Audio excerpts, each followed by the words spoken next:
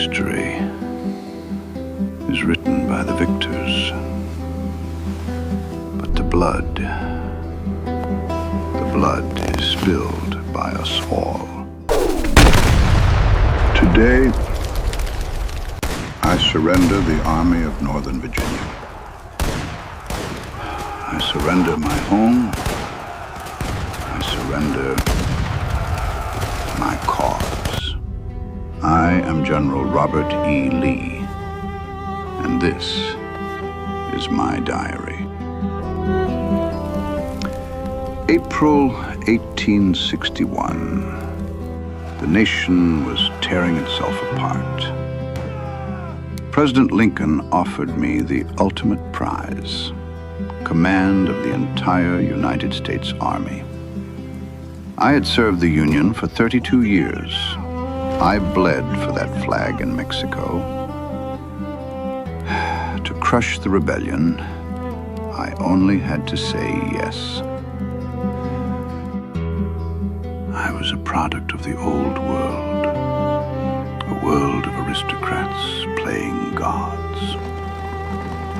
I despised the institution of slavery. I wrote that it was a moral and political evil. Yet, my hands, my home, my entire life was built upon its chains. When Virginia seceded, I knew the South was fighting to preserve a doomed, cruel system. But how could I draw my sword against my own blood? I chose my state over my country. I chose my family over the future. I walked away from the Union knowing I was walking onto the wrong side of history. They had factories, railroads, and millions of men. We had dirt, cotton, and pride. I was leading a ghost army against an empire, and my first enemy was the very nation I swore to protect.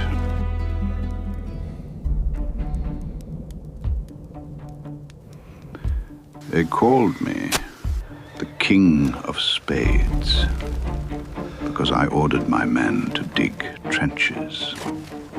The aristocrats in Richmond laughed at me. But when the Union cannons fired, my men lived. 7 days battles, Second Manassas, Fredericksburg. I didn't just defeat the Union generals. I humiliated them. I learned their fears, and I turned those fears into weapons. Look at this map. The Union armies were mountains of iron and flesh. To meet them head-on was suicide. My only weapon was deception. I had to make them chase ghosts, while their generals moved like sluggish giants. I stripped my men of everything. We moved like shadows through the Shenandoah Valley. I didn't fight their armies. I fought their minds. But cleverness only delays the inevitable. By May 1863, the Union Army crossed the river. General Hooker had 130,000 men. I had barely 60,000. Military doctrine dictates you never, ever divide a smaller force in the face of a superior enemy. To do so is to invite absolute annihilation. So, I divided my army. Not once, but twice. I sent my most ruthless commander, Thomas Stonewall Jackson, on a grueling march through the dense, choking woods to hit their exposed flank. It was a gamble of absolute desperation, and it was a masterpiece. We erupted from the forest like demons. We shattered their lines. We broke their spirit in the dark. Imagine being a Union soldier that evening. They were cooking their suppers, their rifles stacked. They thought the impenetrable forest protected them. Then, the wildlife began to run. Deer, foxes, rabbits fleeing from the dark tree line. They watched the animals, confused. They didn't know it was the shadow of death approaching, reliving the violent thrill of the ambush. And behind the animals came the rebel yell. We tore through their camps like a hurricane of lead and bayonets. It was not a battle line. It was an avalanche. General Hooker's entire right wing collapsed in absolute screaming panic.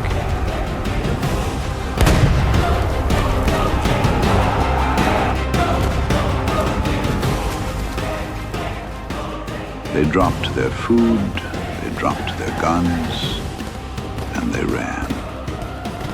We hunted them through the burning woods until the sun went down and the sky turned the color of blood. It was the most perfect, terrifying assault of the entire war. We achieved the impossible. But the cost was my right arm. Jackson was shot by his own men in the chaos of the night. As I stood in the freezing rain, I realized our greatest victory was the beginning of our end.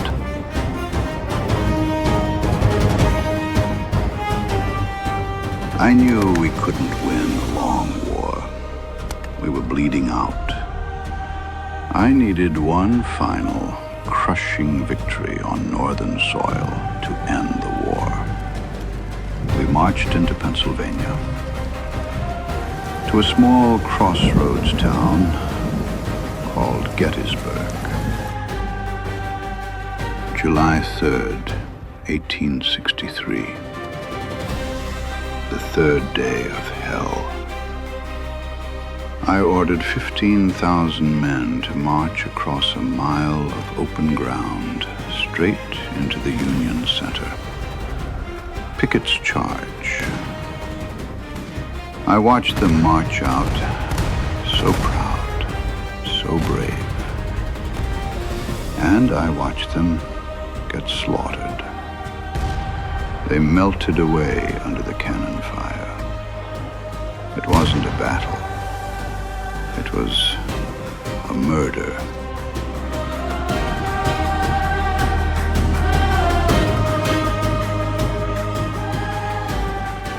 When the survivors stumbled back, General Pickett came to me weeping.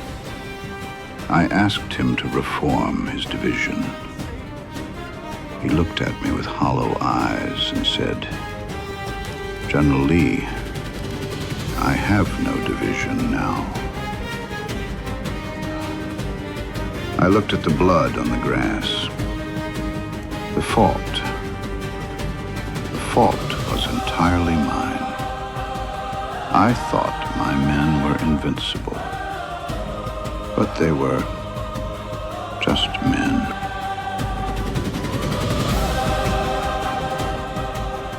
The winter of 1863 was a thief. It stole whatever spirit we had left.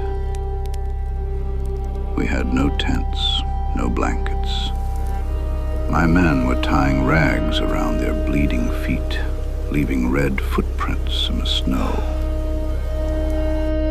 They survived on raw corn and rainwater. We were no longer an army. We were an assembly of ghosts. Every day, the letters arrived from their wives. We are starving. The children are crying for bread. Come home. Men who had charged straight into cannon fire without flinching were breaking down in the dark. They began to desert, not out of cowardice, but out of love. And military law demanded that I shoot them for it. I was ordering the execution of heroes for trying to save their families. While we froze in the trenches, the Union unleashed General Sherman on our homes. The march to the sea. He didn't attack my army. He attacked our land. He burned Atlanta to the ground. He slaughtered the livestock, burned the crops, destroyed the railroads. He made the civilian population howl. They were bringing the war to the women and children. They realized they couldn't defeat us on the battlefield, so they decided to erase our world from the map. I received the reports of the ash and the ruins. I looked at my starving, freezing men, holding their unloaded rifles. The old rules of war were dead. A new, merciless machine had been born in the North. And its ultimate weapon was on his way to meet me in Virginia. I prayed to God for a miracle. But the heavens were silent. Only the rain came, washing away the blood of the old world to make room for more.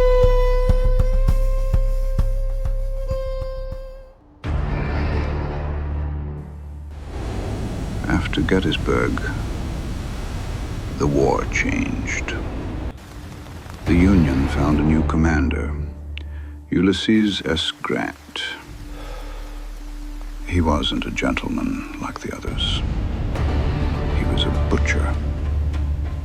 He didn't care about maneuvers or tactics. He just kept throwing bodies at me, grinding my army into dust. Petersburg, the wilderness, Spotsylvania. It was no longer war. It was a slaughterhouse. We were starving. We had no shoes, no ammunition, just honor. And honor doesn't stop bullets. April 9th, 1865, Appomattox Courthouse. I sat across from General Grant. He was covered in mud, wearing a private's coat.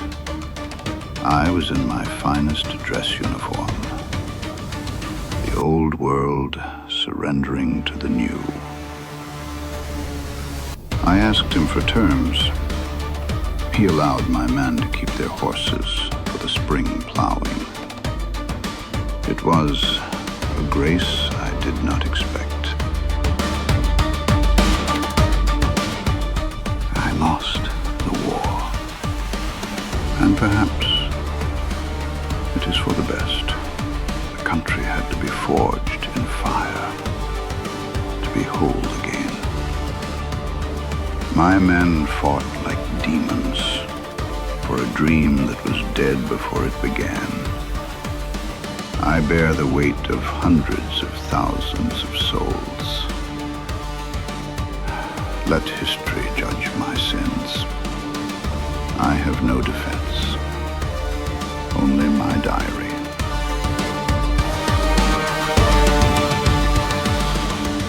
Lee thought he was fighting a war of gentlemen, a war of honor.